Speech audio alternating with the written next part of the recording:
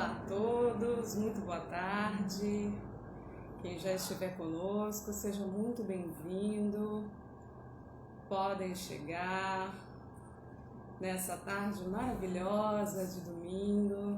Sejam bem-vindos a mais uma live do Núcleo Espírita Ismael Gomes Braga. Sejam todos muito bem-vindos nesse mês de agosto, esse mês que se inicia sob as bênçãos de Deus, como sempre. Nós vamos ter um tema muito bacana em todas as lives deste mês de agosto. A gente vai falar sobre a família. Então, boa tarde a todos que estão chegando, todos nós que somos essa grande família chamada humanidade terrestre, por enquanto que nós somos mais próximos, mas a humanidade universal, como nós já sabemos. A nossa palestrante da tarde de hoje já chegou, então vamos chamá-la, reforçando as boas-vindas a todos e dando muito boa tarde a todos que estão chegando. Então vem para cá, vamos chamá-la.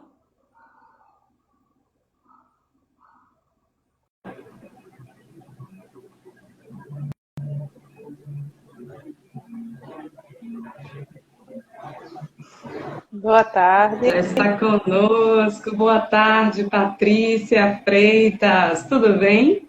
Tudo bem com você? Graças a Deus, tudo bem. Melhor agora que estou lhe vendo, confesso, né? Estou vendo essa gente maravilhosa que está chegando para nos acompanhar na tarde de hoje. Mais um momento de live, né? De palestra, de reflexões. Patrícia, está me ouvindo bem? Estou. Você está me ouvindo? Também. Perfeito. Acho que todos em casa também estão nos ouvindo, né? Nós que estamos no momento, né, Patrícia, com as atividades presenciais paralisadas, isso, mas continuamos remotamente. Para quem não conhece Patrícia, né, Patrícia está no momento como a nossa presidente da nossa instituição. Não é isso, Patrícia? Isso, estou com esse encargo, né? Isso, nessa tarefa aí. Com essa tarefa. Abençoada. Perfeito. Eu estava falando aqui, Patrícia, que a gente vai ter durante o mês de agosto, né, um tema central norteando as nossas palestras, especialmente aqui nas lives, né? O tema central que a gente vai trabalhar é Lindo, sua família, um projeto de amor, né? Não podia ser diferente, não é verdade? Um projeto de amor. E a gente vai poder verificar cada domingo que magnífico projeto é esse, né? Com tanto amor e a magnitude desse projeto, né, Patrícia? Então, antes da gente começar, né? Antes de passar a palavra para você de fato, eu vou fixar o nosso tema. Vou deixar aqui fixado. Bem direitinho. Daqui a pouco você comenta sobre ele. A gente deixa aqui só para as pessoas já acompanharem, se empolgarem. Fixar o nosso tema, muito bem. E fazer aqui também uns ajustes mais técnicos. Perfeito. Ok. Então, antes, né, de começarmos propriamente dito com o tema de hoje, vamos fazer a leitura do vídeo. Consta no livro Agenda Cristã, psicografia de Chico Xavier, pelo espírito André Luiz. A gente aqui está reiniciando o estudo desse livro, né? Lições maravilhosas, práticas para o nosso dia a dia, né? Então vamos lá para o nosso exórdio? Convidamos a todos. Lição 1. Imperativos cristãos, deveres cristãos. André Luiz vai dizer: aprende humildemente, ensina praticando, administra educando, obedece prestativo, ama edificando, construindo, teme a ti mesmo, sofre aproveitando, fala construindo, ouve sem malícia, ajuda elevando, ampara levantando, passa servindo. Ora serenamente, pede com juízo, espera trabalhando, crê agindo, confia vigiando, recebe distribuindo, atende com gentileza, coopera sem apego, socorre melhorando, examina salvando, esclarece respeitoso, semeia sem aflição, estuda aperfeiçoando, caminha com todos, avança auxiliando, age no bem geral, corrige com bondade e, último, imperativo cristão, perdoa sempre. Magníficas palavras, lições, e que esse momento agora de reflexão venha serenar os nossos corações para mais esse momento de estudo, não é? E nós convidamos a todos, Patrícia, agora para fazermos a nossa prece inicial. Vamos orar antes de começarmos, e aí, depois da nossa prece, eu passo a palavra para você. Beleza? Você fica à vontade para anunciar o tema, que a gente está aqui, ninguém está vendo. Vamos lá. Então, oremos. Divino Mestre Jesus, amigo de todas as horas, nossos anjos de guarda, espíritos amigos, que em nome de Deus, em nome de Jesus, nos venham auxiliar em todos os momentos de nossa caminhada. Agradecidos nos sentimos, muito obrigada, pela oportunidade de aqui estarmos unidos e reunidos, sabendo assim da presença do Cristo entre nós, que nunca nos abandona, sempre tem o seu olhar amoroso, sempre o seu coração voltado para nós. Obrigada, Jesus, por tanto amor, por tanto acolhimento, por tantas bênçãos que caem sobre nós constantemente. Possamos abrir os nossos corações e mentes para recebermos o tanto que o Senhor nos dá.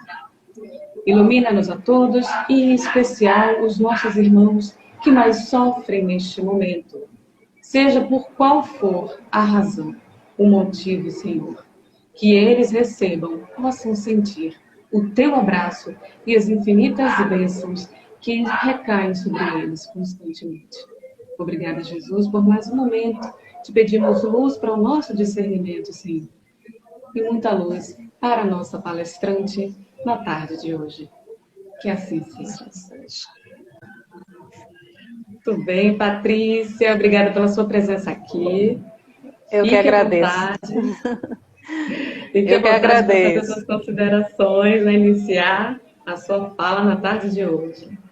O tema, né, que a gente ficou responsável por conversar, né, não é uma palestra, é uma conversa que a gente tem. Primeiro porque o tema família ele é sempre muito convidativo.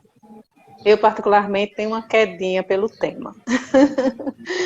E o nosso tema é o Espiritismo como guia para a educação moral da família.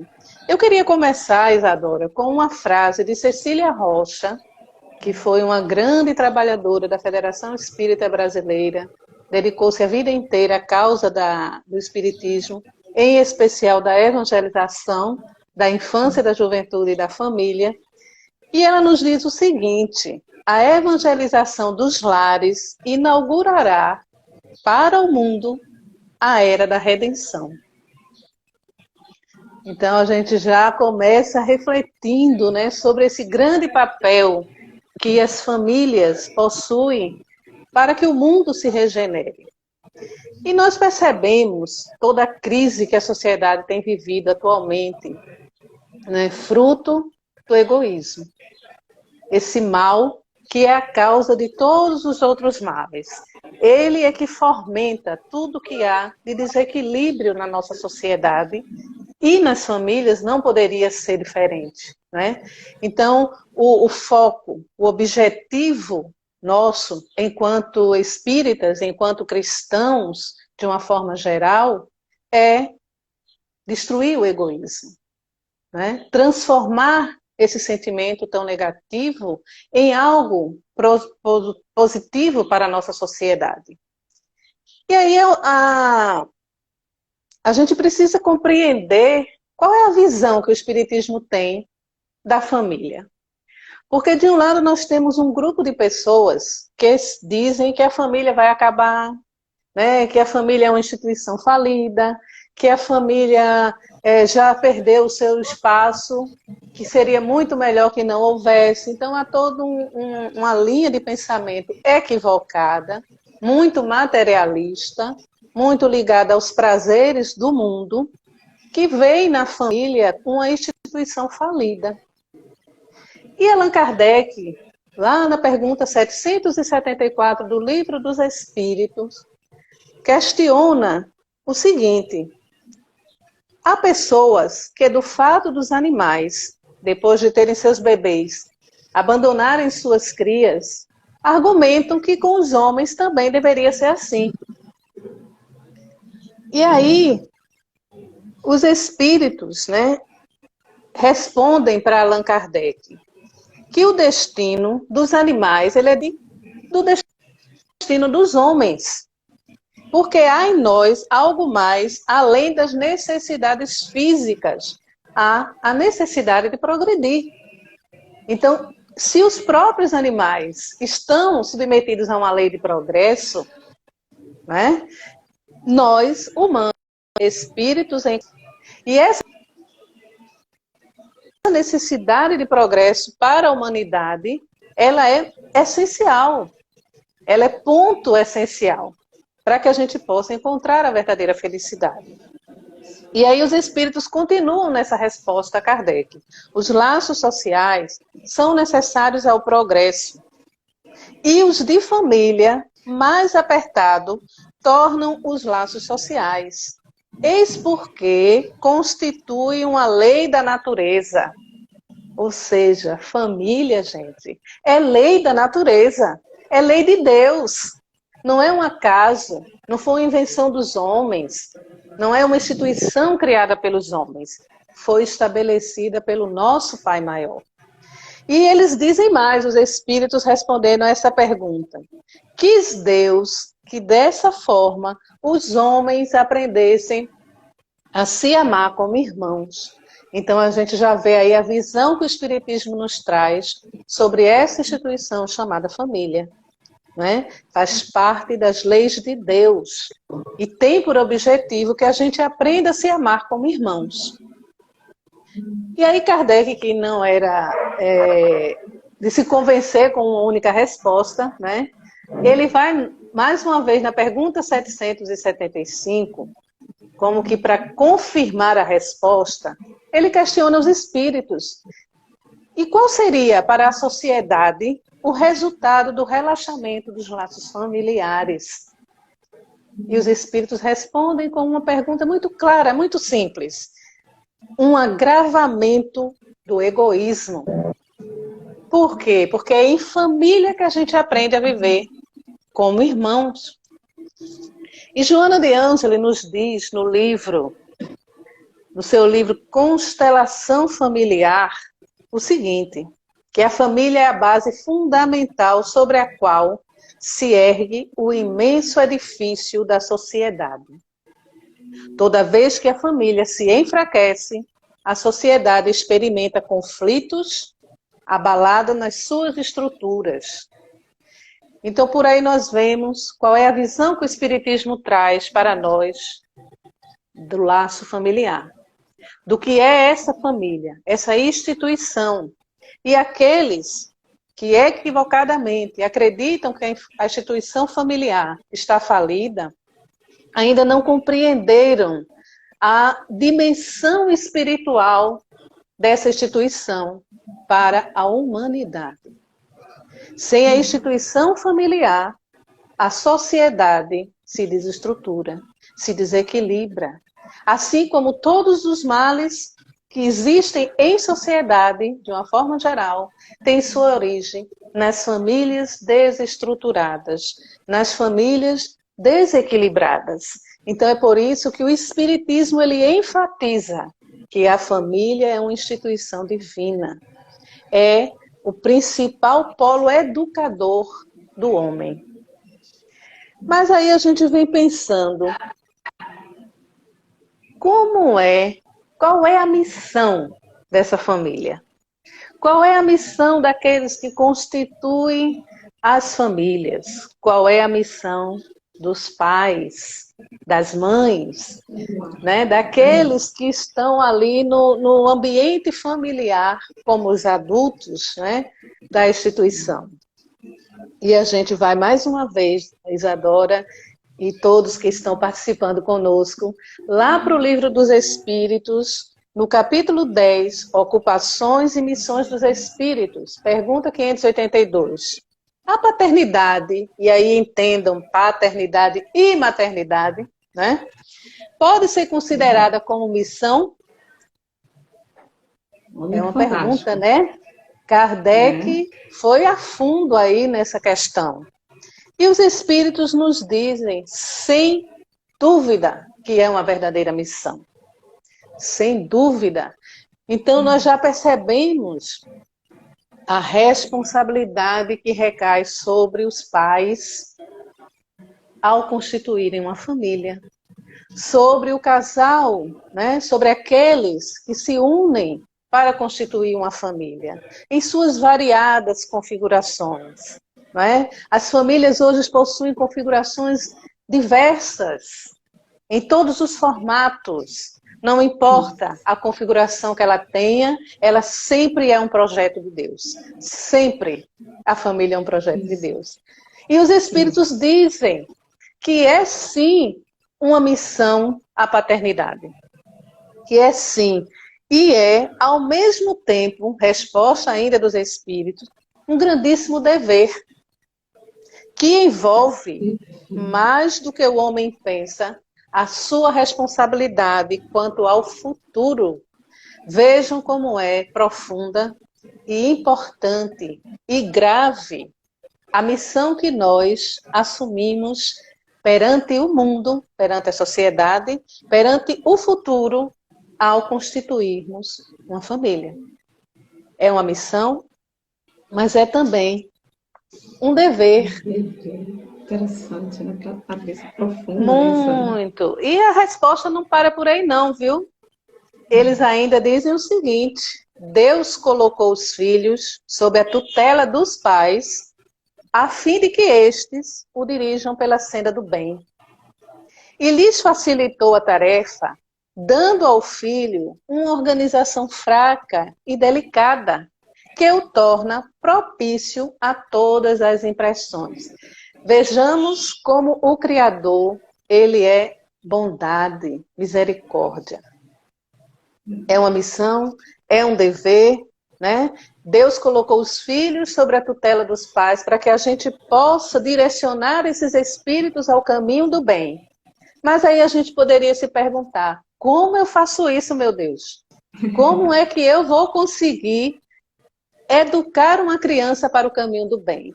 E aí o Pai Criador, né, arrumou uma forma, trouxe as crianças para a gente com essa carinha angelical. Faz com que o espírito que retorna à vida física esqueça quem foi, esqueça tudo que aconteceu na vida passada. Para quê? Para que seja mais fácil essa interação e essa influenciação dos pais sobre os filhos. Então é por isso que nós passamos pela fase da infância. Isso o Espiritismo nos esclarece, que se faz necessária a fase infantil. É interessante, né, Patrícia? Que aí a gente olha para aquele rostinho angelical, né? Da criança que surge, né? Chega no lar, né? Praticamente com esse pedido, né? Me ajude, me eduque, me oriente. Estou de volta, né? A gente veio novamente se reencontrar. Eu preciso que você me ame, eu preciso que você me oriente, que você me direcione ao bem. Porque é esse o objetivo quando Deus dá ao espírito que reencarna essa aparência. Faz com que a gente tenha fase infantil. Então a fase infantil é isso. Né? O Espiritismo esclarece, se faz necessário, porque ali, naquele momento, naquela fragilidade, os pais sentem-se compelidos, impulsionados a acolher, a cuidar, a direcionar, a proteger aquele espírito que retoma e que a gente nem sabe a história de vida dele, de outras eras. Então é muito maravilhoso, é lindo a gente perceber a bondade de Deus através dessa realidade que o Espiritismo nos traz. E lá no Evangelho, os Espíritos também nos orientam, no capítulo 14, honre seu pai e sua mãe, a respeito da parentela corporal e parentela espiritual. Eu peguei só um pedacinho, que é muito grande o estudo. Que ele diz o seguinte: o corpo procede do corpo, mas o espírito não procede do espírito, pois o espírito já existia antes da formação do corpo. Não é o pai que cria o espírito do seu filho. Ele não faz mais do que lhe fornecer o corpo. No entanto, e aí vem o no entanto, né? É seu dever auxiliar o desenvolvimento intelectual e moral do filho para fazê-lo progredir. É nosso dever como pais, né? Impulsionar, auxiliar o desenvolvimento intelectual e moral. E o que acontece muitas vezes? Muitas vezes as famílias se preocupam excessivamente em apenas desenvolver a intelectualidade das crianças e dos jovens. Há uma preocupação exacerbada, muitas vezes, com essa questão, para que meu filho tire as notas maiores no colégio, para que ele seja um vencedor, né, no campo profissional, no campo intelectual, e esquecemos que o nosso dever também é educar a moralidade, a espiritualidade, os sentimentos dessa criança que nos foi dada por Deus. Então é nosso dever. A gente não pode cuidar só de um lado. A balança não pode ficar desequilibrada. Precisamos equilibrar com essa educação de ambos os lados. Dando foco, obviamente, na intelectualidade, que é proporcionando a ele as oportunidades de estudo, mas proporcionando a ele a vivência no bem. A vivência das suas potencialidades como espírito para o que é bom, para o que é belo. E aí, vamos adiante. Família é uma instituição divina, com planejamento que antecede a vida física e que tem por objetivo o crescimento espiritual de todos os seus membros. Então, ninguém diga que nasceu na família errada, que a família aconteceu por acaso, que o erraram de endereço, que a cegonha, né, que a gente diz assim, a cegonha me botou na casa errada. Não, a gente planejou bem antes de nascer. Né? Planejamos esse núcleo formador, esse núcleo essencial para a vida na Terra. E Santo Agostinho... Até pedimos, né, Patrícia? Até pedimos, né? E Santo Agostinho, no mesmo capítulo, sobre a ingratidão dos filhos, ele diz o seguinte: ó espíritas, ó pais, compreendam agora o grande papel da humanidade. Compreendam que quando produzem um corpo, a alma que nele encarna vem do espaço para progredir. Fiquem cientes dos seus deveres e ponham, eu acho belíssimo, Isadora, essa parte, e ponham todo o seu amor em aproximar essa alma de Deus, tal a missão que lhe está confiada e cuja recompensa receberão se fielmente a cumprirem. Então vejam bem, fiquem cientes, né, do nosso dever.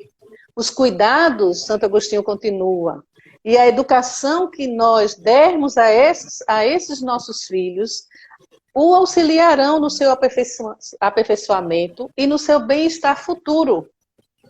Lembrem-se que a cada pai e a cada mãe, Deus perguntará: que fizestes do filho que te foi confiado?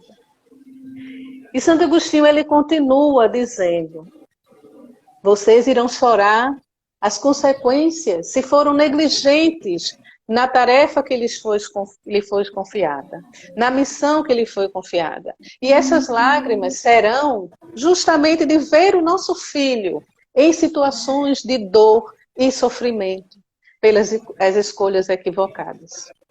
Então é um chamamento, né, que nós precisamos nos conscientizar da grande responsabilidade quando nós abraçamos essa missão junto ao Criador.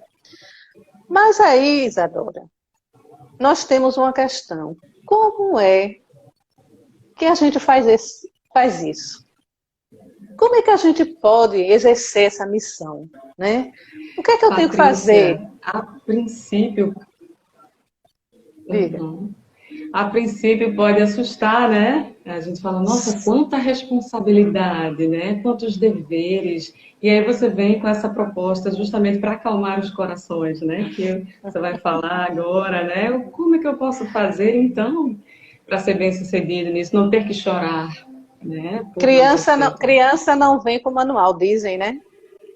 Dizem que não tem manual, né? E a educação dos filhos, ela realmente não segue um manual que sirva para todas as famílias. Por quê? Porque é importante, primeiro, Isadora, a autoeducação dos pais. Eu não posso educar se eu não sou educado. Eu não posso evangelizar se eu não busco me evangelizar.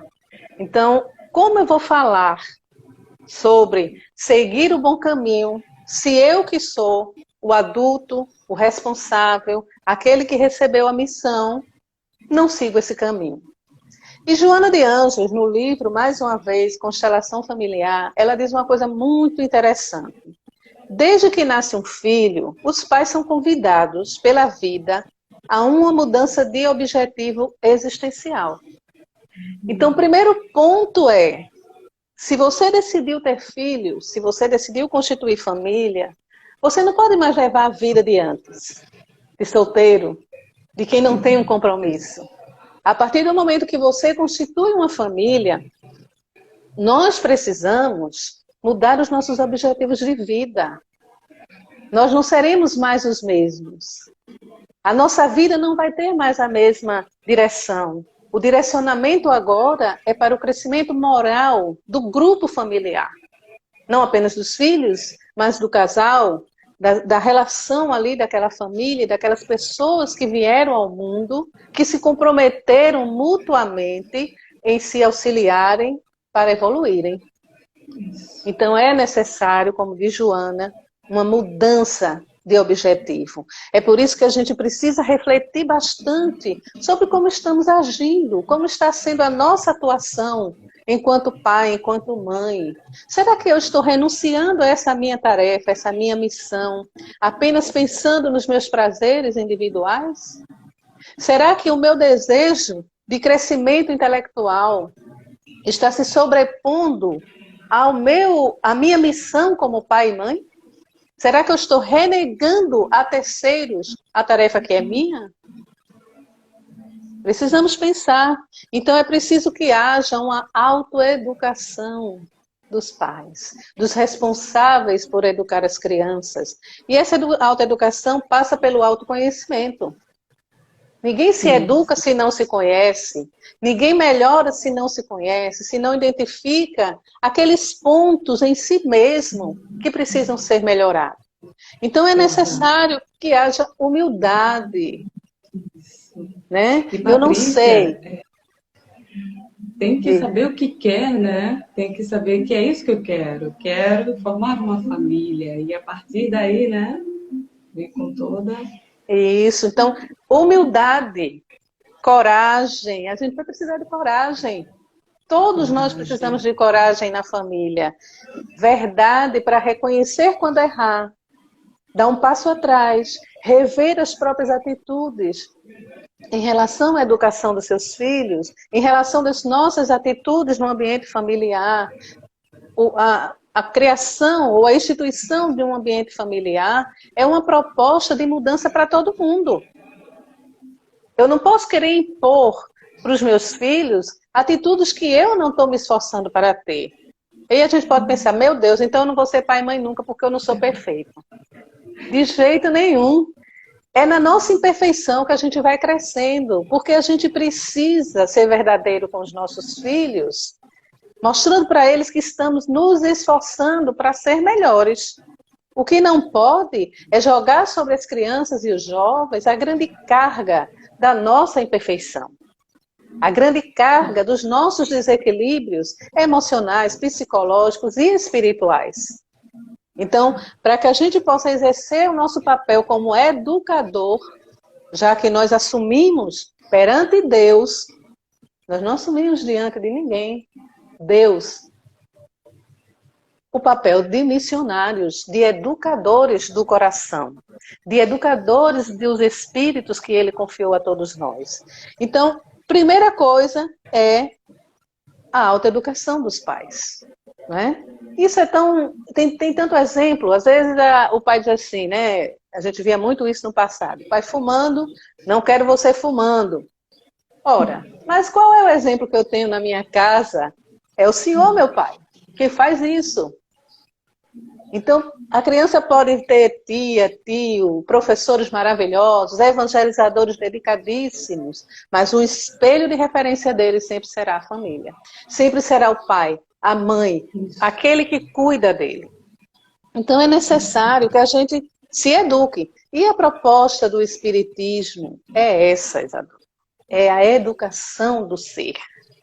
O Espiritismo é uma doutrina profundamente educadora.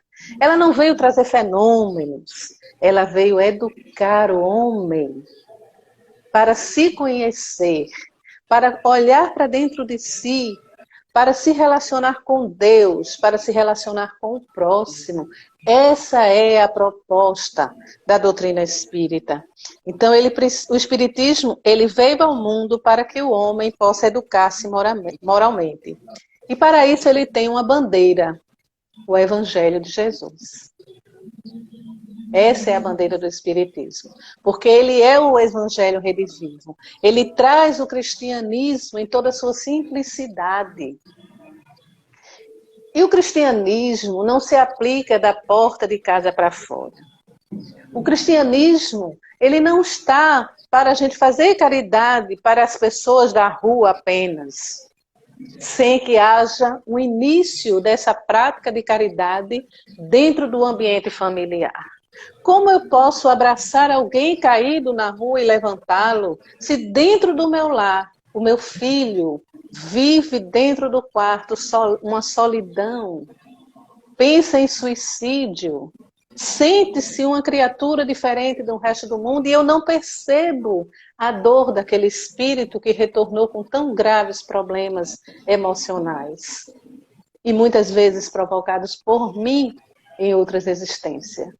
Eu não posso ser cristão para o mundo sem olhar para dentro da minha casa, porque aí eu estarei negligenciando a missão primeira que eu recebi de Deus. Educar a família é educar a sociedade. Evangelizar a família é evangelizar a sociedade. E só assim a gente vai ter o reino de Deus implantado na terra. Cecília Rocha, voltando novamente a ela, né, que desencarnou já, começou um trabalho na Federação Espírita Brasileira, no campo experimental, fomentou com toda a equipe a instituição do setor da família nas casas espíritas.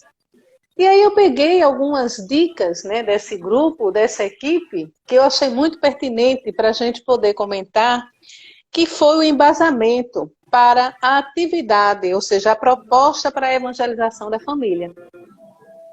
Primeiro, ela diz o seguinte, que o desequilíbrio social que reina nos tempos presentes provém de uma carência de uma educação mais espiritualizada, em todos os aspectos. A escola precisa se espiritualizar e a família precisa se espiritualizar. Então, há uma carência de espiritualização, de moralidade no mundo. Outro ponto é que os processos educativos terão de sofrer a influência substancial do Evangelho do Cristo. Então, a educação precisa ter Jesus como guia e modelo, né? E aí a gente vai lá em Kardec, na pergunta 917, ele questiona qual o meio de destruir o egoísmo, que a gente estava falando lá no início. Também vou pegar uma parte dessa resposta, né, dessa reflexão de Allan Kardec sobre a resposta que foi dada dos espíritos. Isso só acontecerá, a destruição do egoísmo, quando o mal for atacado pela raiz. Ou seja, pela educação. Não pela educação que tende a fazer homens instruídos, mas a que tende a fazer homens de bem. Kardec nos diz que a educação bem entendida, é a chave do progresso moral. Quando se conhecerem a arte de manejar os caracteres, o conjunto de qualidades do homem, como se conhece a de manejar as inteligências, será possível endireitá-los como se endireitam plantas novas. E ele complementa, mas precisa ter o quê? Essa arte de educar precisa ter tato, experiência e uma profunda observação. Observação da alma do outro, observação do que o outro é, de quem ele é, como ele se identifica. Então, educar os nossos filhos, família educada, família que preza por esse crescimento, pai e mãe, não pode fechar os olhos para as realidades que estão ali no seu ambiente doméstico, as tendências que seus filhos trazem, não é? Aquele mal que está ali, ó, aflorando, e que não se percebe ou que se fecha os olhos para não ter o trabalho de orientar e de educar. Porque, como dizem Sami e Tiba, né? Se educar está sendo fácil, você não está educando. Não é fácil, Isadora. Não é fácil, porque é contínuo, é constante. O menino vai ali, faz uma atitude, o pai deixa passar, não corrige. É preciso tato. O que é o tato? Você não pode educar com violência. Você não pode educar com opressão. Você não pode educar sem amor, sem afetuosidade, sem a escuta amorosa, sem o olhar amoroso, sem a fala afetuosa. Você precisa ter tato para lidar com a alma do outro, com a dor que aquele outro muitas vezes traz e que é um desafio para a gente como pai e mãe. Não é? Uma criança maravilhosa, quieta, calma, estudiosa, bondosa, não existe, né? Os anjos. Então a gente é realmente testado em muitos momentos da nossa vida como pai e mãe por esses espíritos.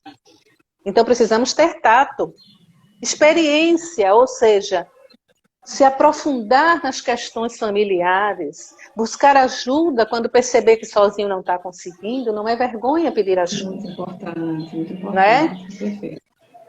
E uma profunda observação. Pai e mãe é psicólogo, é médico, é enfermeiro, não é?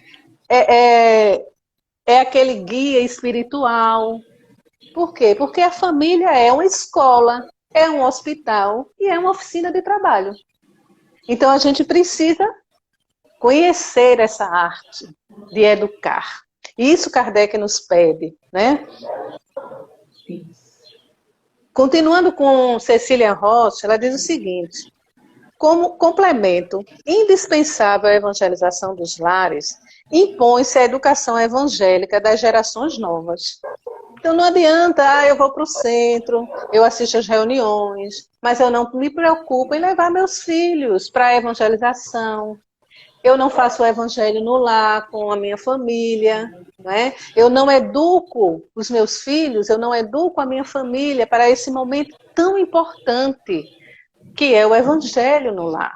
Não é um momento de lavar roupa suja, é um momento de reflexões e aprendizado sobre o evangelho de Jesus.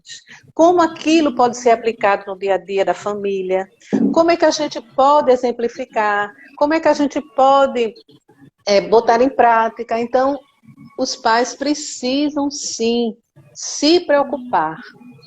E Cecília Rocha e a sua equipe ainda diz o seguinte: o evangelizador do lar, que é como ela chama os pais, procurará na personalidade, né, na personalidade excelsa do Cristo, o roteiro para o seu apostolado, esforçando-se ainda para adquirir o preparo técnico indispensável ao bom êxito de sua tarefa. Evangelho, meus irmãos e minhas irmãs, meus amigos queridos. Evangelho é o guia. Evangelho é o manual que a família precisa para vivenciar os grandes desafios que todos nós enfrentaremos. Não tem novidade, né, Paty? Não, e os núcleos familiares embasados pelo Cristo, eles promovem o quê? Um ambiente doméstico afetuoso, coerente, evangelizador. Por quê? Porque a criança, ela vai perceber que ali ela está segura, que ela pode ser ela mesma. E aquela orientação, aquela educação que ela está recebendo, ela vai receber com mais facilidade, sem tanta resistência. Por quê? Porque, embasado pelo Cristo, nós promovemos, nós facilitamos, nós aramos essa terra e semeamos essas sementes de amor, de crescimento moral, que esses espíritos vêm ao mundo para poder receber. Então, o Evangelho de Jesus, ele é, de fato, o roteiro seguro para a educação moral da família. E o Espiritismo, sendo esse Evangelho redivivo, é um guia seguro para a educação moral das famílias. Por quê? Porque a gente não está sozinho nessa tarefa. Quando a gente estuda a doutrina espírita, a gente toma conhecimento de tantas verdades a respeito de quem fomos, das razões de estarmos atualmente na Terra e qual é a nossa destinação. Nós fomos criados para a perfeição. Deus não criou nenhum dos seus filhos para que ele permaneça no erro, para que ele continue no pecado, como se diz. Não. Deus nos criou para a perfeição e para a felicidade. E Jesus, ele é o guia maior da humanidade, norteador da nossa vida.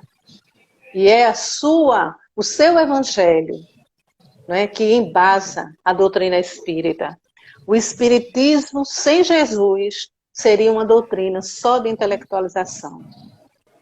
É Jesus que faz com que a doutrina espírita cumpra um papel moralizador na sociedade. Então, a proposta da doutrina espírita como guia moral para educar as famílias é uma proposta evangelizadora. Nós ofertamos, enquanto doutrina, né, é ofertada ao homem a compreensão de si mesmo. Faz com que ele se dirija ao Criador, reconheça Deus como seu Pai, sendo ele filho desse Pai de amor. E a partir desse entendimento, dessa compreensão de que ele é herdeiro do universo, né? Ele se identifica com o seu irmão. Ele percebe também que o outro é filho do mesmo Pai e que tem os mesmos objetivos da sua existência como espírito. Então, Deus, quando ele institui a família como lei natural, o que é que ele quis? Né? Ele possibilita ao espírito a possibilidade de aprender a pensar no outro. Porque é na família que a gente aprende isso, Isadora. A gente aprende a ser fraterno na família. A gente aprende a ser egoísta na família. É a pequena sociedade, né, Patrícia? A pequena sociedade. Homens e mulheres corruptos e desequilibrados na sociedade atual são frutos de uma família também que esqueceu de educar a moralidade, que foi negligente em mostrar para esses que hoje assumem as várias posições na sociedade do mundo que precisa respeitar o outro, que o outro também é importante, que há um limite entre mim e ele, entre os meus direitos e os direitos do outro. Tudo isso se aprende em casa. A gente não aprende isso no mundo, a gente aprende em casa para levar para o mundo. É na família que a gente aprende a conviver com o diferente. Se você observar as crianças, elas se aceitam como são. Geralmente o adulto faz, eu não quero você brincando com aquele menino. Não é? Não quero, por isso, por aquilo, por cor, porque a família dele é assim, sabe? E muitas vezes o pequeno diz assim, mas por que eu gosto tanto dele, ele é meu amigo. E nós não damos uma razão, né? A gente não dá uma razão Dando justa. a lição. Né? Então, assim, Deus instituiu a família para a gente aprender lá na família a conviver com o diferente, a vivenciar a tolerância e a resignação, a exercitar o perdão. Quem não precisa de perdão? Quem não precisa perdoar no ambiente familiar? É o lugar que a gente mais precisa perdoar, não é? Então, eu lembro, né, que muitas vezes, quando a gente era criança, minha mãe dizia assim, quando a gente brigava, até que a gente não era muito brigão, não, os três.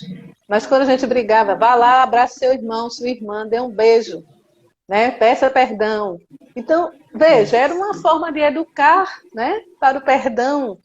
Então, é na família que a gente aprende essa educação para a moralidade. Torna-se urgente o despertar do ser para o conhecimento de sua realidade espiritual, para que possa compreender que as situações difíceis dentro do lar e fora do lar não são castigos e, portanto, não existem vítimas na criação divina. Causa e efeito. Então, lar equilibrado é sempre fruto de espíritos equilibrados, de espíritos que se esforçam por vivenciar o amor, porque é o amor a base das relações. Somente o amor nos oferece o recurso necessário para que a gente supere as dificuldades. Existem famílias que têm grandes provações no campo da moralidade dos seus membros. Existem famílias em grandes expiações nas questões espirituais, obsessivas. Famílias com grandes provações em questões das doenças físicas, das limitações físicas, das dificuldades existentes pelas doenças. Mas todas as configurações e todas as situações vivenciadas pela família podem ser superadas, suportadas, acalmadas pelo amor, pelo afeto, pela solidariedade. Viemos para isso. É o amor ao próximo como a si mesmo que precisa ser vivenciado primeiramente dentro do lar. A nossa tarefa mais importante é trabalhar a boa convivência em família. Essa é a nossa tarefa mais importante. E tendo Jesus como guia e modelo, a gente vai compreendendo. Quando a gente percebe, quando a gente vai lá no Evangelho e encontre, não se turbe o vosso coração. Não é? O meu fardo é leve, o meu jugo é suave. Não vos preocupeis com o que tendes de vestir, de comer, porque vocês valem mais do que as ervas do campo, do que os vermes da terra. Para o nosso Pai Criador, será que Ele vai nos desamparar? Nós, família, nós, pais e mães, que recebemos dele uma missão tão importante, nenhum pai, nenhuma mãe é desamparado pelo Criador. Existe uma equipe espiritual a nos auxiliar, Isadora, nessa tarefa. Quando a dor é mais forte no ambiente familiar, quando a mãe, o pai, a família ora, nós sentimos a presença de Jesus através desses bons espíritos a nos fortalecer nos momentos de crise, nos momentos de prova e expiação. Não estamos sozinhos. É uma missão, mas não é uma missão individual. Há todo um corpo espiritual, uma equipe espiritual que protege, que inspira, que cuida de cada família na Terra. Cada família na Terra. Então nós vemos que Deus nos deu essa missão. A gente pediu, né? Eu fico imaginando a gente frente a frente com o Criador dizendo, eu aceito. Nós aceitamos essa tarefa maravilhosa de ser pai e mãe. Nós aceitamos. Aceitamos, né? Pedimos, fomos lá, pedimos essa chance, né, Patrícia? E quando a gente aceita, está acabando o tempo. Está acabando o tempo, mas só tão maravilhoso que a gente quer dizer que não está. Vamos ficar conversando aqui mais, Então, mais. pra gente encerrar, Isadora, dá tempo de eu falar só uma coisinha rápida. Sim. Allan Kardec nos convida, né? Mais uma vez, ele enfatiza a respeito de Jesus.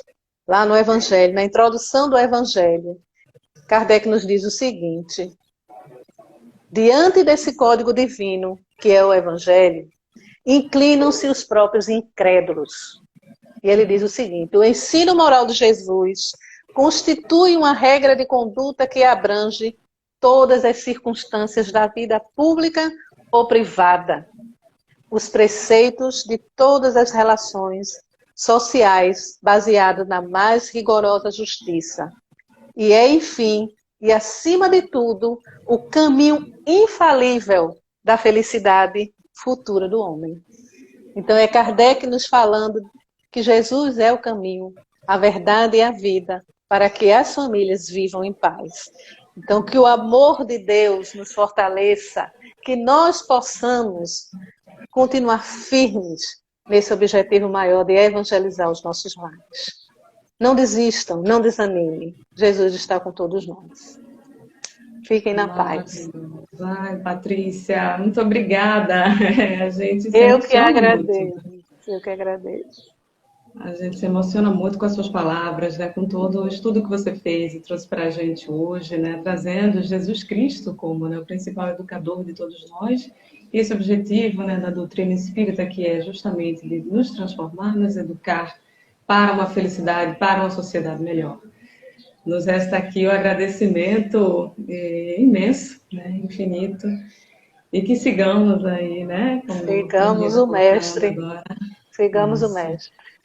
Nossa, muito obrigada mesmo, maravilhoso, várias pessoas aqui colocando, né, o quanto a palestra foi esclarecedora realmente é, e algumas pessoas até falando, né, a lição que ficou, né, imensa, que isso possa nos inspirar, né, todas essas palavras, esses estudos de hoje. Muito obrigada, Patrícia. A gente convida todo mundo, né, que está nos assistindo para o próximo domingo. O tema vai ser Convivendo em Família, como construir a paz dentro do lar. Olha, uma vez que a gente já viu, né, o papel do Espiritismo como guia para a educação da família, como é que a gente vai agora construir a paz dentro do lar? Domingo que vem a gente vai se inteirar melhor desse tema. Vamos participar. Agradecemos a todos. Opa! Agradecemos a presença de todos aqui que ficaram conosco, né, durante a live. Convidamos para o próximo domingo e que nos sintamos, né, Patrícia, como família que somos, cada vez mais. Eu gostaria de te convidar para fazer a nossa prece final, pode ser? Com certeza. Vamos agradecer a Deus. Jesus querido, neste momento te agradecemos o teu imenso amor por todos nós. Te agradecemos, Senhor, a oportunidade bendita que a cada dia nos presenteia de amarmos, de evoluirmos, de crescermos. Te agradecemos, Senhor, as lições do teu Evangelho, que são um roteiro seguro para a nossa verdadeira felicidade.